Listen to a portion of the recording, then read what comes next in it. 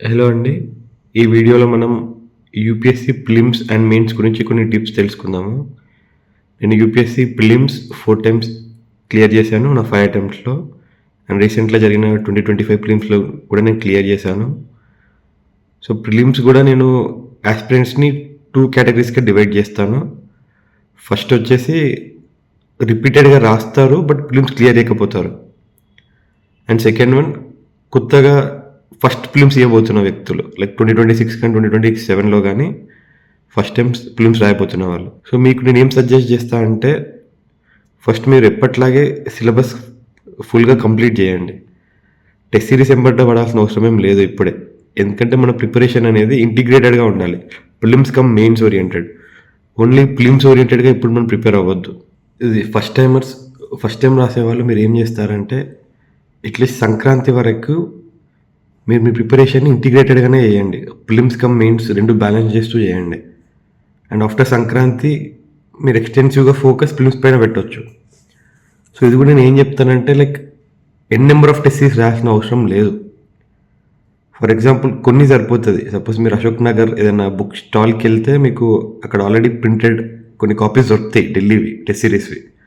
మీరు అవి తెచ్చుకున్నా సరిపోద్ది. మీరు సపరేట్గా మళ్ళీ డబ్బులు కట్టి ఇన్స్టిట్యూట్లో రాయాల్సిన అవసరం కూడా లేదు. సో అవి ఒక 10 to 20 కాపీస్ తెచ్చుకోండి అండ్ వీక్లీ ఒకటి రాయండి. దీంతో పాటు మీరు ప్యారల్గా చేయాల్సిన విషయం ఏంటి అంటే పీవైక్యూస్ అట్లీస్ట్ ఫ్రమ్ 2014 మీరు మస్ట్ అండ్ షూర్గా సాల్వ్ చేయాలి. అవి ఎలా చేయాలి అంటే లైక్ రివర్స్ ఇంజనీరింగ్. జస్ట్ ఆ క్వశ్చన్ ఒక్కటే సాల్వ్ చేయడం కాదు, అక్కడ ఇచ్చిన ఆప్షన్స్. ఫర్ ఎగ్జాంపుల్ 2019-2020లో సమ్ ఒక ఇండస్ వ్యాలీ సైట్ పేరు ఇచ్చిండు. Which of the following is not an Indus valley site అని చెప్పి ఒక క్వశ్చన్ ఇచ్చి ఒక 4 పేర్లు ఇచ్చిండు. సో మీరు ఇప్పుడు ఆ పీవైక్యూ సాల్వ్ చేస్తున్నప్పుడు ఆ క్వశ్చన్లో ఇండస్ వ్యాలీ సైట్ ఏదో కాదు అని తెలుసుకొని ముందుకు వెళ్ళిపోవడం కాదు. ఆ మిగతా 3 ఆప్షన్లు కూడా ఏంటి, అవి ఎక్కడ ఉన్నాయి, అవి ఏ డైనాసిటీలో ఉన్నాయి. సో ఇలా మీ ప్రిపరేషన్ కంటిన్యూ చేయాలి. ఇలా చేయాలి మీ ప్రిపరేషన్. అండ్ ఫర్ ఎగ్జాంపుల్ ఇంకొన్ని క్వశ్చన్స్ కూడా ఉండే లైక్ 2021లో some central ground water management authority గురించి ఇచ్చేయండి. ఇమ్మీడియట్లీ ఆ నెక్స్ట్ ఇయరే ఈ బాడీ అనేది ఏ యాక్ట్ కింద వస్తుంది అని అడిగిండు. సో ఏంటంటే మీరు ఎప్పుడైతే ఆప్షన్స్ మీద ఫోకస్ చేస్తారో not only the question, me knowledge అనేది ఎక్స్పాండ్ అవుతుంది. సో మీరు ఈ రకంగా వర్కౌట్ చేయాలి. అండ్ సెకండ్ థింగ్ ఏంటి అంటే మీరు నాలెడ్జ్ ఇంప్రూవ్మెంట్కి ఆ టెస్ట్ సిరీస్ యూజ్ చేసుకోవచ్చు.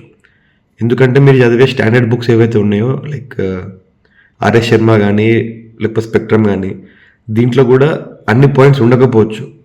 సో ఇలాంటి కొన్ని ఎక్స్ట్రా పాయింట్స్ అనేవి మనకి టెస్ట్ సిరీస్ ద్వారా దొరుకుతాయి. సో టెస్ట్ సిరీస్లో మీకు వచ్చే ఎక్స్ట్రా పాయింట్ని మీరు నాలెడ్జ్ సోర్స్ కింద వాడుకోండి. మీరు లాస్ట్ 1 or 2 months ఏం చేస్తారంటే అప్పుడు ఆ టెస్ట్ సిరీస్ని ఒక ప్రాపర్ యూపీఎస్సీ టైమింగ్స్లో రాయండి. సో దట్ మీకు అది ఆ టైంలో మీ మైండ్ సెట్ అనేది మీరు దానికి ట్యూన్ చేసుకోవచ్చు ఆ పర్టికులర్ టైమింగ్స్ అనే దానికి.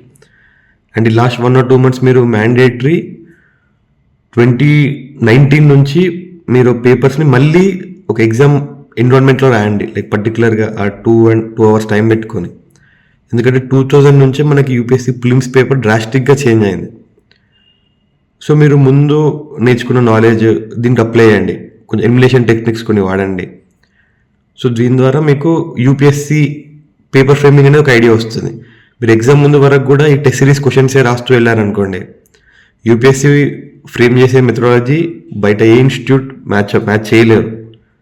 సో మీరు లాస్ట్ 15 days 20 days యూపీఎస్సీ పీవైక్యూసే ఎవ్రీ ఇయర్ ఒక ప్రాపర్ టెస్ట్ లాగా ఒకరోజు 2019 కంప్లీట్గా రాయండి, ఒకరోజు 2020 రాయండి, 2021 ఇలా రాస్తూ పోతే మీకు UPSC type of framing the questions అనేది మీ మైండ్ ట్యూన్ చేసుకుంటాయి సబ్కాన్షియస్గా.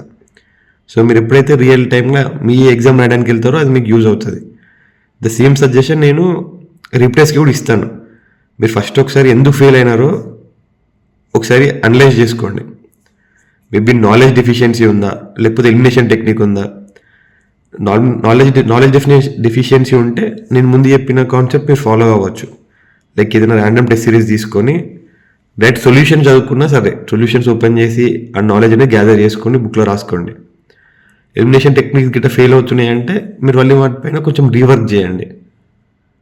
సో దట్ ఈ టెక్నిక్స్ కొన్ని ఫాలో అయితే అండ్ మళ్ళీ ఆల్సో రిస్క్ టేకింగ్ ఎబిలిటీ ఉండాలండి. లైక్ మనం ఎంత ప్రిపేర్ అయినా కానీ ఆ ఎగ్జామ్ 2 అవర్స్లో మన మైండ్ ఎలా పనిచేస్తుంది అనేది చాలా ఇంపార్టెంట్. ఫర్ ఎగ్జాంపుల్ నేను 2019లో ఓన్లీ 70 క్వశ్చన్స్ వరకే అటెంప్ట్ చేసిన. నేను పెట్టగలిగితే ఈజీగా ఇంకో 10 క్వశ్చన్స్ రైట్ పెట్టగలిగేవాడినేమో, బట్ అది నా ఫస్ట్ అటెంప్ట్. ఎందుకు అనవసరంగా నెగిటివ్ అవుతాయనే భయానికి అటెంప్ట్ చేయలేదు. దానివల్ల ఏమైపోయిందంటే నేను ఒక 2 మార్క్స్ వల్ల నేను ఆ ఇయర్ ప్రిలిమ్స్ పోగొట్టుకున్నా 2019లో. నేను తర్వాత ఎప్పుడు మళ్ళీ ఆ మిస్టేక్ చేయలేదు. బట్ ఈ రిస్క్ కూడా ఎట్లా ఉండాలి అంటే క్యాల్కులేటర్ రిస్క్ ఉండాలి. ఫర్ ఎగ్జాంపుల్ మీకు ఒక 2 ఆప్షన్స్లో మీ డైలమా ఉంది, ఏది పెట్టలేకపోతున్నా లాస్ట్ వరకు, రిస్క్ తీసుకొని పెట్టేయండి. ఎందుకంటే మీరు ఫెయిల్ అవ్వడానికి ఓన్లీ 50% ఛాన్స్ అక్కడ. అదే మీకు 4 ఆప్షన్స్ తెలియదు, అప్పుడు మీరు ఏదో ఒకటి పెట్టారనుకోండి, మీరు ఫెయిల్ అవ్వడానికి అక్కడ 75% స్కోప్ ఉంటుంది. సో ఇక్కడ అసలు మొత్తానికి తెలియదు అటెంప్ట్ చేయకపోవడమే బెటర్. బట్ 2 ఆప్షన్స్ కానీ లేదంటే 3 ఆప్షన్స్ ఉండి మీ ఇంట్యూషన్ ఒక పర్టికులర్ ఆప్షన్ మీద ఊకే పిన్ పాయింట్ చేస్తే మీరు అది కూడా పెట్టవచ్చు. సో కొంచెం మీ రిస్క్ టేకింగ్ ఎబిలిటీ కూడా ఉంటే that will help you to get good marks in prelims.